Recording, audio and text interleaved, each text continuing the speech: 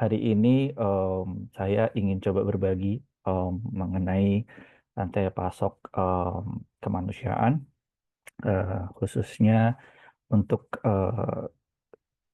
beberapa aktivitas berhubungan dengan respon kebencanaan di Indonesia yang dilakukan oleh organisasi kemanusiaan non-profit. Em, oke. Nah, jadi saya sebenarnya kalau bisa dibilang adalah pembelajar non-tradisional supply chain karena degree saya sebenarnya adalah hubungan internasional dari Katolik Parahyangan University. Em, sudah hampir 4 tahun ini saya dipercaya untuk mengelola logistik dari Oxfam di Indonesia, sebuah organisasi kemanusiaan yang berbasis di Inggris, dan kami adalah kantor perwakilan programnya ya di Indonesia. Yang membuat saya memberanikan diri untuk berbagi hari ini adalah saya mendapat kesempatan untuk melalui 3 proses sertifikasi. Yang pertama berhubungan dengan eh, logistik kebencanaan dari ASEAN, sebuah standar untuk ekspor kebencanaan di bidang logistik. Lalu ada juga untuk eh, sertifikasi humanitar logistik dari UK, khusus ini untuk para praktisi-praktisi yang terlibat di sektor logistik kemanusiaan. Dan yang terakhir adalah ada sertifikat kompetensi untuk profesi senior koordinator berkaitan dengan distribusi bantuan dari Badan Nasional Sertifikasi Profesi BNSP. Nah, mungkin tiga tiga proses ini yang membuat saya memberanikan diri untuk bisa berbagi akan beberapa hal terkait rantai pasok kemanusiaan, perspektif, dan pendekatannya gitu. Nah, hari ini saya coba akan berbagi ada 6 topik atau subtopik. Pertama, mungkin kita akan bicara mengenai apa sih rantai pasok kemanusiaan itu. Apakah dia berbeda dengan rantai pasok komersial gitu. Lalu apabila kita bicara mengenai rantai pasok kemanusiaan dalam konteks dewasa ini memang yang utama adalah memastikan dia dapat juga resilience ya sama dengan rantai pasok yang lain.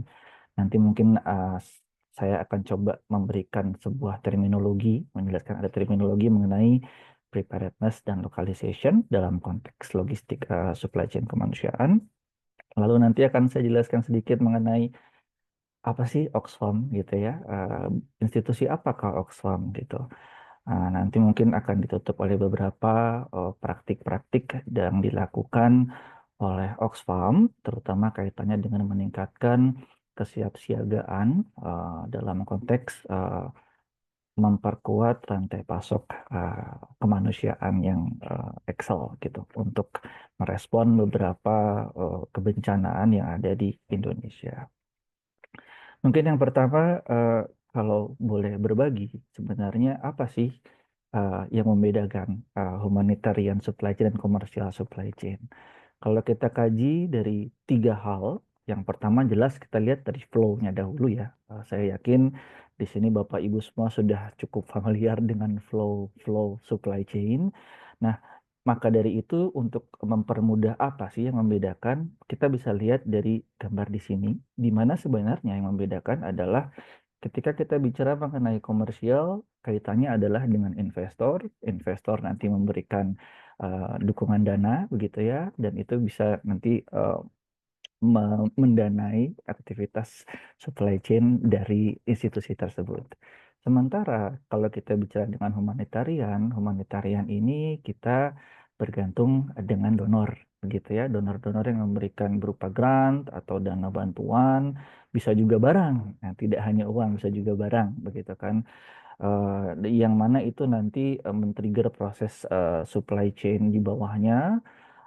Dan yang membedakan yang lainnya adalah penerima akhirnya bukan konsumen, tetapi adalah orang yang bekerja dengan kita atau penerima manfaat dalam konteks kebencanaan yang mungkin adalah orang-orang yang terdampak bencana, orang-orang yang mungkin mengungsi dari tempat tinggalnya secara sementara dan lain sebagainya. Nah, yang menarik lagi ada satu variabel pasar di dalamnya, di mana kalau di dalam konteks rantai pasok kemanusiaan, distribusi bantuan itu tidak serta-merta dalam bentuk fisik saja. Terkadang juga dalam bentuk bantuan tunai, sama seperti PLT-nya pemerintah lah bisa dibilang seperti itu. Nah, maka dari itu di dalam flow-nya memang ada hubungannya dengan pasar, di mana pada umumnya dalam para praktisi rantai pasok kemanusiaan juga harus memahami bagaimana konteks pasar yang ada di area yang terdampak bencana. Apakah pasar itu masih bisa aktif? Apakah pasar itu masih bisa memberikan supply untuk para eh, teman-teman yang terdampak di sana dan lain sebagainya. Nah, itu kalau kita lihat dari sisi flow-nya. Sementara dari sisi proses, perbedaan yang sangat mendasar adalah proses procurement-nya itu biasanya dilakukan oleh organisasi kemanusiaan, bisa langsung ke manufacturing atau bisa lewat distributor misalnya atau lewat supplier. Yang mana di tengahnya biasanya ada proses kitting. Jadi kan bisa jadi contoh misalnya akan melakukan distribusi bantuan produk-produk kesehatan rumah misalnya begitu. Dan itu kan berasal dari berbagai macam supplier yang mana nanti mungkin akan di-pool di salah satu titik lalu di kitting atau dikonsolidasikan menjadi produk, satu produk gitu, satu produk paket yang akan didistribusikan kepada penerima manfaat. Nah, yang kedua adalah perbedaannya ketika barang sudah masuk ke atau dibeli oleh organisasi kemanusiaan, proses distribusinya bisa langsung kepada para penerima manfaat atau para penduduk atau para komunitas terdampak, atau bisa juga melalui mitra. Jadi dalam hal ini organisasi kemanusiaan bermitra dengan organisasi-organisasi lain yang ada di lapangan, di provinsi itu atau di daerah atau juga dengan pemerintah dan dari situlah proses distribusinya dilakukan. Jadi tidak langsung oleh organisasi kemanusiaan sendiri. Nah, itu kalau kita lihat dari secara konsepnya begitu ya, flow-nya dan juga prosesnya perbedaannya di mana sih? Yang lainnya sebenarnya sama saja. Nah, kalau kita gali lebih dalam lagi, yang sangat mendasar sebenarnya kalau kita bicara mengenai humanitarian supply chain adalah objektifnya, di mana memang fokusnya adalah memastikan bahan bantuan, barang bantuan ini eh, sampai ke tujuan kepada komunitas terdampak krisis gitu. Dengan tujuannya adalah memastikan tidak ada dampak yang benar-benar menyusahkan gitu ya atau mengurangi kesulitan mereka yang ada di lapangan gitu atau yang terdampak. Sementara kalau komersial jelas tujuannya adalah profit, di situ kita bicara mengenai competitive advantage, di situ ada optimasi ujung. Biasanya kan mulai dengan optimasi, lalu di sana kita bicara efisiensi dan lain-lain sebagainya. Nah, sementara kita bicara mengenai objektif ya humanitarian supply chain, kita fokusnya adalah memastikan barang ini sampai. Jadi mungkin kalau kita bicara cost itu mungkin menjadi suatu hal yang bukan menjadi variabel utama em, dalam proses berjalannya supply chain kemanusiaan. Walaupun sekarang ini sudah mulai banyak concern bagaimana menekan biaya operasional gitu. Karena kalau kita bicara mengenai logistik atau supply chain kemanusiaan, beban terbesar dalam suatu project ya atau suatu program respon kebencanaan memang di aspek logistiknya itu bisa 60 atau 70% gitu. Karena di situ ada pengadaan barang rilisnya, ada warehousingnya, trackingnya, dan lain sebagainya hal-hal terkait dengan logistik dan rantai pasok. Lalu yang kedua, kalau kita bicara mengenai perencanaan, kalau kita di dalam bisnis atau di dalam rantai pasok komersil, walaupun memang demand itu kadang unpredictable, tetapi ada pattern, ada tren begitu ya, yang itu bisa dicoba dianalisa menggunakan forecasting atau menggunakan AI sekarang begitu ya, atau menggunakan manual juga via Excel. Nah, sementara kalau kita bicara kebencanaan, ada hal-hal yang tidak bisa kita rencanakan gitu, terutama kalau berkaitan dengan Contohnya bencana alam. Kalau misalnya gunung berapi mungkin masih terlihat ya, tapi kalau masih bisa terlihat begitu prosesnya dari mulai masuk waspada, siaga, dan akhirnya awas begitu. Tapi kalau kita bicara gempa bumi, terkadang kita tidak tahu gitu kan kapan akan terjadi, di mana akan terjadinya, kepada siapa terjadinya. Dan selain itu juga dibutuhkan fleksibilitas yang sangat tinggi karena ketika terjadi suatu bencana di suatu daerah, rantai pasok ini harus bisa mensupport begitu ya proses-proses bantuan kebencanaan ini tiba di area terdampak tersebut. Maka dari itu konteks perencanaannya akan beda begitu. Kalau di komersil memang kita bisa melakukan optimisasi di situ. Eh, Tadi kita bicara mengenai time efficiency dan juga cost-nya seperti apa. Tapi kalau kita di industri kemanusiaan, perencanaannya akan agak susah. Bukan artian tidak bisa, cuman akan agak lebih kompleks dibanding dengan komersial supply chain. Nah, yang terakhir mengenai alokasi sumber dayanya, di mana kalau komersial itu semua driven by investment ya, baik dari investor atau rencana penjualan atau pengembangan produk baru atau buka channel baru begitu ya, produk baru, channel baru misalnya atau area baru. Sementara kalau di dalam konteks humanitarian, sebagian besar tergantung oleh assessment gitu. Kira-kira daerah terdampak tersebut dibutuhkan berapa barang misalnya. Barang ini ditujukannya untuk berapa kepala keluarga gitu ya. Lalu misalnya di daerah itu kira-kira yang requirement paling dibutuhkan apa dari sekian banyak komoditi gitu ya. Apakah sandang, apakah pangan, atau misalnya hal-hal lain yang berhubungan dengan kebencanaan, membantu mereka dapat cope dalam proses ini apa gitu ya. Nah, jadi alokasinya berdasarkan itu, ada juga keterbatasan atau mungkin em, dana yang lebih terikat gitu ya, karena tergantung juga dari donor, dari pemerintah, dan lain sebagainya. Jadi tidak sefleksibel apa yang ada di rantai pasok komersil pada umumnya. Nah, kalau kita bicara mengenai rantai pasok kemanusiaan, em, ketika kita berusaha untuk menyelam lebih dalam, kita tidak bisa terlepas dari cycle kebencanaan itu sendiri. Nah, jadi itu adalah dua elemen yang memang saling mengisi. Kalau kita melihat dalam referensi dan juga secara praktik atau implementasinya, cycle kebencanaan itu pasti ada mitigasinya. Setelah ada mitigasi, ada kesiapsiagaannya. Lalu jika terjadi kebencanaan, harus ada respon kebencanaan di situ. Setelah terjadi bencana, masuklah ke tahap recovery atau rekonstruksi atau pemulihan. Dan cycle ini akan terus berputar dimanapun, apapun uh, jenis kebencanaannya. Pertanyaannya, apakah supply chain humanitarian itu ada di dalam semua cycle ini? Ya, semua ada di dalamnya dengan konteks dan perspektif yang berbeda-beda. Kalau kita lihat contohnya misalnya dalam konteks recovery, di situ akan ada bagaimana humanitarian supply chain memastikan proses rekonstruksi pembangunan di sana, apakah berhubungan dengan pembangunan hunian sementara atau establishing lagi sekolah misalnya atau rumah sakit. Di situ ada proses bagaimana konstruksinya, material dan lain sebagainya.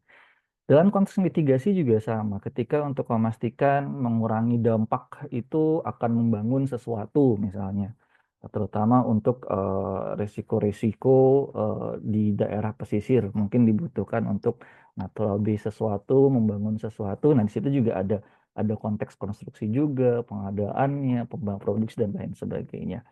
Nah, terutama di respons ya, di respon jelas di situ ada mobilisasinya, sumber daya, ada transportasinya, operasional, distribusi dan lain sebagainya. Nah, namun pada hari ini yang ingin coba ditekankan atau menjadi topik pembahasan lebih di preparedness-nya, karena ini adalah sebuah praktik yang memang menjadi kunci ketika kita bisa menyiapkan kesiapsiagaan dengan baik, maka responsnya juga akan bisa berjalan dengan lebih baik. Jadi perencanaan adalah kunci juga dalam konteks rantai pasok kemanusiaan, terutama tadi ya dengan banyak uncertainty di dalamnya sehingga banyak kalkulasi, asumsi yang perlu dibangun di dalam kesiapsiagaan ini. Dua terminologi yang digunakan dalam diskusi yang dalam presentasi hari ini adalah mengenai kesiapsiagaan dari rantai pasok itu sendiri. Jadi bagaimana organisasi kemanusiaan memastikan bahwa rantai pasoknya itu bisa prepare gitu ya. Sehingga apabila terjadi suatu kejadian bencana, rantai pasoknya bisa segera berjalan dan tetap menjalankan fungsinya dengan baik. Karena kan akan lucu apabila sebuah organisasi kemanusiaan yang mau fokus di bidang itu ketika ada kebencanaan, rantai pasoknya tidak bisa berjalan. Nah, jadi disitulah terminologi preparedness dari sisi rantai pasok kemanusiaan, di mana di situ memang ada beberapa variabel utama ya. Peningkatan kapasitas, kapasitas di sini bisa jadi sumber daya, bisa juga infrastruktur misalnya, lalu menggunakan teknologi, mungkin di situ tadi dibutuhkan AI atau juga mungkin dibutuhkan beberapa teknologi-teknologi untuk melakukan pemetaan atau teknologi-teknologi di pergudangan atau tracking untuk transportasi, routing dan lain sebagainya. Dan yang utama adalah mapping dan assessment karena tadi salah satu trigger utamanya barang-barang kebencanaan itu dari assessment yang dilakukan. Kira-kira butuh apa sih teman-teman yang terdampak di lapangan ini? Nah, jadi kuncinya adalah memastikan pemetaan kebutuhan dari eh, komunitas terdampak.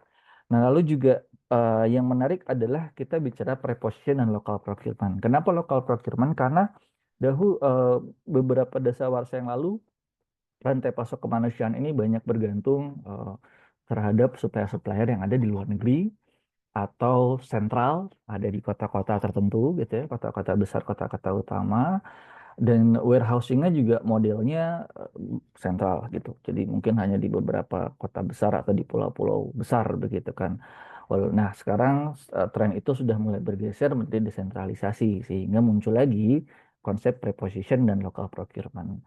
Dan yang utama adalah memastikan segala aspek ini dapat direncanakan dan juga melalui unsur-unsur koordinasi yang berlaku baik dengan pemerintah daerah, keikutsertaan juga sektor privat yang mungkin turut terlibat dalam proses dan lain sebagainya. Sementara terminologi kedua, kita bicara mengenai lokalisasi. Ini kaitannya dengan hal yang tadi preposition local procurement. Contoh, dahulu semua banyak aktivitas-aktivitas kebencanaan itu didorong oleh aktor-aktor dari pusat, ya dari nasional atau mungkin dari luar negeri gitu ya. Sekarang Indonesia sudah cukup swasembada, sudah punya memiliki institusi-institusi yang kuat, lembaga-lembaga yang kuat dalam mendorong aktivitas-aktivitas respon kebencanaan. Nah, namun yang lebih baik lagi adalah memastikan bahwa lokalisasi ini sampai ke level teman-teman yang ada di daerah kabupaten, provinsial gitu ya, kecamatan misalnya. Jadi lokal-lokal aktor di daerah itu makin kuat karena lokal-lokal aktor inilah sebagai aktor utama yang ada di dalam rantai pasok gitu. Dan pemahaman dari lokalisasi ini, teman-teman yang berada di ujung tadi, di ujung tombak tadi dalam proses-proses respon kebencanaan adalah mereka yang tahu konteks lebih baik dibanding uh, teman-teman yang mungkin nggak ada atau tidak terlibat di dalam proses itu, tidak hadir di situ, bukan merupakan bagian dari komunitas yang terdampak gitu ya. Karena terkadang solusi-solusi rantai pasok yang baik itu yang munculnya di level lokal gitu, yang memang kontekstualisasi lah dibutuhkan. Maka dari itu, eh, dengan memastikan proses-proses lokalisasi berjalan dengan baik, dalam artian ini lokalisasi adalah memperkuat kapasitas-kapasitas teman-teman yang ada di daerah gitu, disertai dengan bagaimana memastikan koordinasinya juga berjalan dengan baik, diharapkan rantai pasok humanitarian atau kemanusiaan ini bisa lebih resilient, bisa lebih agile juga.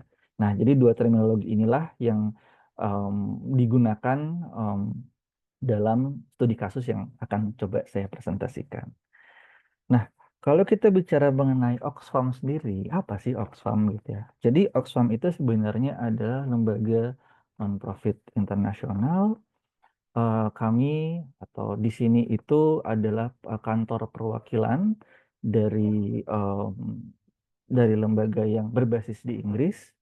Kami di Indonesia sudah sejak tahun 57 dan memang bekerja di Indonesia di sektor-sektor kemanusiaan melalui dasar izin atau MOU dengan pemerintah di Indonesia. Nah, seiring berjalannya waktu, di mana konteks landscape kemanusiaan secara global itu juga berubah, Oxfam ini berusaha untuk tadi mendorong konteks-konteks lokalisasi atau penguatan-penguatan kapasitas lokal.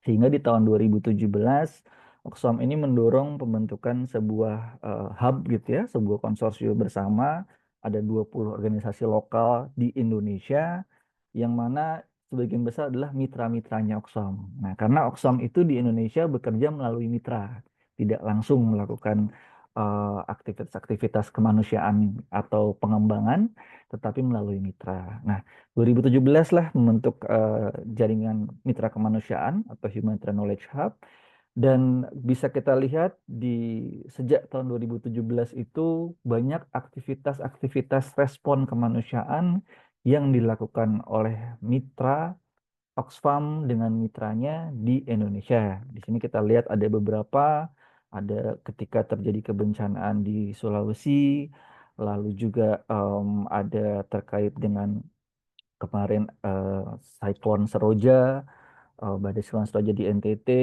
Ketika COVID juga kita sempat bekerja sama dengan salah satu lembaga lokal, Human Initiative, dan lain sebagainya. Jadi dalam konteks ini Oxfam berusaha untuk bekerja sama melalui mitra-mitra lokalnya untuk memastikan operasi-operasi kemanusiaan itu bisa berjalan dengan baik. Nah, apa sih kaitannya mengenai Oxfam ini dengan dua terminologi yang tadi? Nah, di sini em, Oxfam akhirnya melihat bahwa oke, jika memang kita ingin memastikan resiliensi rantai pasok, kita harus memastikan untuk memperkuat gitu kesiapsiagaan teman-teman yang tadi melakukan respon langsung di daerah begitu. Nah, 20 lembaga lokal tadi akhirnya eh, Oxfam coba untuk bangun bersama eh, ketahanannya begitu ya. Dan dari proses yang proses konsultatif yang dilakukan, akhirnya kita sepakati bahwa kita mencoba menggunakan strategi untuk mengurangi resiko-resiko keterlambatan distribusi gitu ya misalnya, atau untuk menekan cost yang muncul di pengadaan di awal misalnya.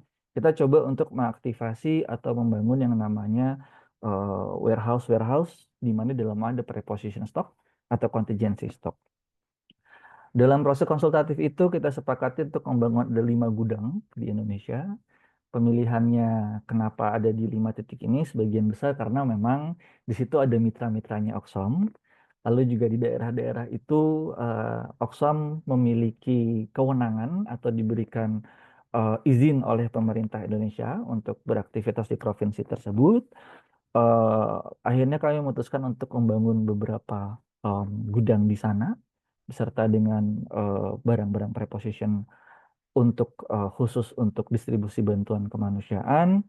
Dan apabila kita lihat sebenarnya ada faktor lain juga di mana tren-tren kebencanaan selama beberapa tahun terakhir itu ada di area sekitar gudang-gudang tersebut.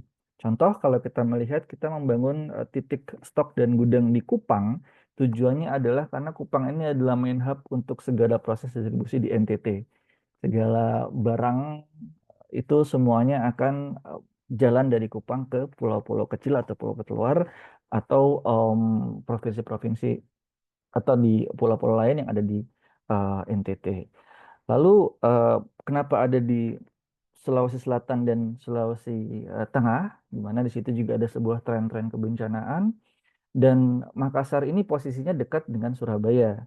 Jadi dia bisa menjadi hub juga masuknya barang-barang ke Sulawesi. Jadi semua barang yang jika nanti dibutuhkan barang-barang kebencanaan, pengadaannya bisa dari Surabaya, masuk melalui Makassar untuk akhirnya bisa didorong ke area Sulawesi. Khusus untuk Sumatera sendiri, kenapa kita memutuskan di Padang? Karena di daerah tersebut memang ada histori di mana Padang, Mentawai, Nias itu banyak saja kebencanaan dan juga untuk memastikan sisi barat Indonesia bisa disupport apabila terjadi kebencanaan melalui mitra-mitranya Oxfam. Nah, untuk Jawa sendiri, karena di Jawa sudah banyak, yakin kapasitas dan resource-nya, kami fokus untuk menentukan ada di Jawa Timur, karena sama, dia menjadi transit juga kebutuhan apabila ada pengadaan di melalui Surabaya untuk didistribusikan ke daerah Jawa Tengah atau Jawa Barat. Em, Barang-barang yang dipilih sebagian besar adalah barang-barang terkait dengan air minum dan penyihatan lingkungan, karena memang Oxfam banyak bergerak di dalam mengawal isu-isu mengenai air minum, air bersih, dan kesehatan lingkungan ketika dalam konteks kebencanaan. Sehingga memang barang yang dipilih adalah ada ember, ada foldable jerrycan, lalu juga ada terpaulin yang mana fungsinya bisa menjadi huntara atau untuk shelter sementara, atau bisa juga dijadikan untuk membangun latrines atau misalnya tempat kakus gitu ya sementara. Jadi itulah barang-barang yang ada di gudang-gudang ini, barang-barang yang non perishable, diharapkan bisa bertahan dalam jangka waktu 3 tahun atau 4 tahun, sehingga apabila terjadi suatu kebencanaan yang membutuhkan respon cepat, barang-barangnya dapat didorong. Dan karena tadi konteksnya adalah lokalisasi atau localization humanitarian supply chain, kami memastikan bahwa gudang-gudang ini dikelola oleh para mitra secara langsung. Kami hanya membimbing bagaimana caranya membangun SOP, bagaimana memastikan SOP-SOP peruganan, bagaimana terkait pengolahan inventorinya, bagaimana proses acceptable quality limit apabila melakukan pengadaan dari vendor dan lain sebagainya. Jadi capacity building seperti yang tadi ada di dalam konsep penguatan itu menjadi salah satu kunci bagi Oxfam ketika akhirnya memutuskan untuk membangun kesiapsiagaan dari teman-teman mitra lokal yang mengampu 5 gudang yang ada di Indonesia. Mohon maaf Bapak, sebelumnya tersisa 5 menit lagi untuk paparannya. Terima Terima kasih. kasih, terima kasih. Nah, case tadinya, jadi eh, dari proses yang cukup panjang, akhirnya kita tadi membangun beberapa titik dan juga membangun kesiapsiagaan. Teman-teman mitra melalui JMK itu melakukan respon kebencanaan pada saat terjadi gempa Cianjur dan juga ketika terjadi gunung meletus, gunung api di Lewotobi yang 2024 akhir ya, bukan yang baru baru kemarin ini. Jadi kalau kita lihat ketika terjadi gempa Cianjur, akhirnya memutuskan teman-teman JMK ini untuk mengaktifasi gudang yang ada di Jawa Timur, tepatnya di Kediri, untuk mendorong barang menuju Cianjur. Nah, jumlahnya itu sesuai dengan kebutuhan. Jadi dilakukan low need assessment oleh rekan-rekan yang ada di Cianjur saat itu. Lalu kita memutuskan untuk mendorong beberapa barang, ada terpal, ember, dan juga jerigen ke titik. Dengan hal ini kita cukup mereduksi proses lead time ya, karena tidak ada lead time pengadaan lagi. Kita cukup untuk memastikan mendorong barang ini jalan, memastikan juga bahwa transporternya ready untuk mendorong barang ke Cianjur sebagai relief item awal sebelum nanti ke depannya jika dibutuhkan lagi tambahan mungkin akan ada susulan-susulan pengadaan lebih lanjut. Lalu ketika proses terjadinya gunung meletus atau gunung api meletus di Lewotobi, teman-teman JMK itu juga mengaktifasi gudang yang ada di Kupang, di mana saat itu memang untuk ke daerah Larantuka masih bisa dicapai lewat Kupang, bisa melalui kapal feri, jadi bisa pakai Roro, truknya masuk ke situ, atau bisa menunggu, misalnya ada ada kapal feri menuju ke Larantuka dan saat itu kalau tidak salah menggunakan Roro. Jadi barang bisa segera didistribusikan ke em, ke teman-teman yang terdampak di Lewotobi gitu. Dan ini sangat terlihat memotong lead time pengadaan, terutama apabila kita berkaca dalam konteks kebencanaan tanpa preposition, perlu melakukan pengadaan dulu, pengadaan juga untuk produk-produk ini mungkin harus misalnya di Jawa atau di Sulawesi, butuh lead time untuk masuk ke Kupang dan juga lain sebagainya. Nah, jadi di dalam dua case kebencanaan ini proses aktivasi preposition dilakukan dengan cukup apik oleh teman-teman mitra gitu ya. Dan teman-teman yang terdampak di daerah juga bisa langsung menerima bantuan terpal sehingga mereka dapat terlindung di shelter-shelternya dan juga mereka memiliki akses dapat membawa air gitu ya karena ada ember dan juga jerigen. Nah, dari dua kasus tadi atau dua em, implementasi tadi, ada beberapa hal yang dipetik. Jadi yang jelas memang preposition stock dalam konteks kebencanaan sebagai strategi kesiapsiagaan bencana ini sangat baik karena lead time-nya jadi lebih cepat, lalu juga mereduksi penderitaan para penerima ya atau yang terdampak karena barang cepat sampai. Lalu cost efektif di sini sebenarnya adalah karena kita memotong rantai pengadaan di awal. Jadi tidak ada proses procurement, tidak ada pengiriman barang em, ketika kebencanaan, tapi pengadaannya dilakukan jauh-jauh hari dan juga sebenarnya meningkatkan logistik secara lokal gitu. Dalam artian tadi misalnya pada akhirnya teman-teman yang mengampu gudang di daerah-daerah tersebut harus memiliki kontrak-kontrak kerjasama yang aktif dengan transporter di daerah gitu ya. Terutama untuk tadi teman-teman yang di NTT harus lebih paham lagi ketika misalnya ada kebencanaan di pulau-pulau lain harus melalui jalur yang mana sehingga proses-proses logistik itu sangat bisa dapat berkembang secara lokal. Nah, tantangan yang utama adalah jelas karena tadi logistik kemanusiaan itu bergantung pada donor begitu ya. Jadi ya pendanaan itu jelas menjadi tantangan utama. Lalu juga karena ini masih tahap awal, pengelolaan stoknya juga belum menggunakan sistem yang rigid, semuanya masih serba manual, jadi masih agak challenging di situ. Koordinasi juga terkadang terhambat, terutama ketika terjadi kebencanaan gitu ya. Jadi kadang butuh proses-proses koordinasi yang jauh lebih terukur karena yang namanya informasi ketika kebencanaan akan berubah-ubah begitu ya. Dan yang jelas adalah memastikan visibility-nya gitu ya. Kalau semua sudah pakai WMS memang menyenangkan, tapi ini kan konteksnya adalah di daerah meningkatkan kemampuan respon daerah, jadi agak susah untuk memastikan visibility-nya, terutama juga terkait barang-barang yang ada di dalam gudang, karena kan barang-barang ini juga walaupun dia bukan perishable, tapi tetap harus dicek gitu ya. Apakah materialnya getas, apakah plastiknya ini pecah atau dan lain sebagainya. Sehingga pertimbangan ke depannya jika memang organisasi-organisasi kemanusiaan ingin menerapkan proses prepositioning melalui lokalisasi, mungkin boleh dicoba untuk mulai menggunakan forecasting. Jadi memang pada konteks humanitarian supply chain itu pada dasarnya ketika terjadi kebencanaan kita semua push semua barang gitu ya. Itu dogma atau jargon-jargon tradisionalnya. Tapi sekarang seharusnya tidak. Jadi organisasi kemanusiaan harus sudah mulai bisa melakukan forecasting. Kira-kira kalau misalnya ada bencana di area-area rawan, kira-kira kebutuhannya berapa banyak sih gitu ya. Terus bagaimana proses distribusinya, berapa kepala keluarga. Nah, itu jadi mulai harus masuk ke dalam modeling-modeling, entah lewat manual atau AI. Lalu tadi pengelolaan inventory, terutama untuk barang-barang yang mungkin terkesan tidak perishable, tapi bisa jadi apapun dapat terjadi dalam gudang. Saya yakin kita mengalami hal itu.